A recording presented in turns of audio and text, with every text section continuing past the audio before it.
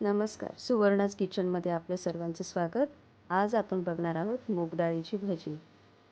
सर्वात प्रथम आपण मुगाची डाळ घेतली आहे.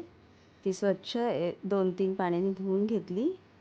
नंतर त्यात पाणी घालून एक 3 ते 4 तास भिजत ठेवली डाळ. डाळ भिजवल्यानंतर आपण 3 ते 4 तासानंतर त्यातलं पाणी काढून जाडसर असं वाटून घेतलं आहे. वाटलेली डाळ जी आहे आपलं मिश्रण ते 4 ते 5 तास तुम्ही झाकण ठेवून जरा फर्मंट होऊन द्यायचं आहे. 4 ते 5 तासानंतर पुन्हा ते बॅटर काढून त्यात आपण बघा एकदम अशी फाईन पेस्ट नाही, थोडीशी जाडसर आहे. त्यात नंतर 4 ते 5 तासानंतर अद्रक, लसूण, हिरवी मिरची हे बिना पाण्याने वाटायचे आहे. मग ते बॅटरमध्ये मिक्स करायचं आहे.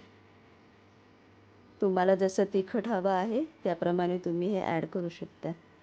त्यात भरपूर कांदा, कोथिंबीर, चवीनुसार मीठ घालायचं आहे. हे मिश्रण एकजीव करायचं.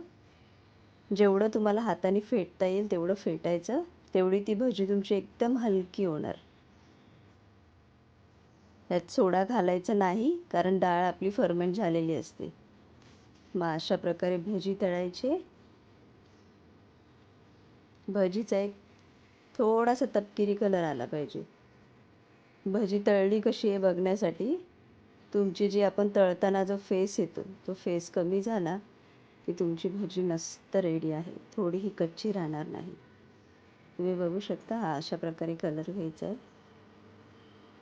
मस्त पुदिना चटणी, तुम्हाला डिस्क्रिप्शन बॉक्समध्ये पुदिना चटणी कशी करायची ती पाठवलेली आहे. बघू शकता सुवर्णाज किचनची मूग भजी.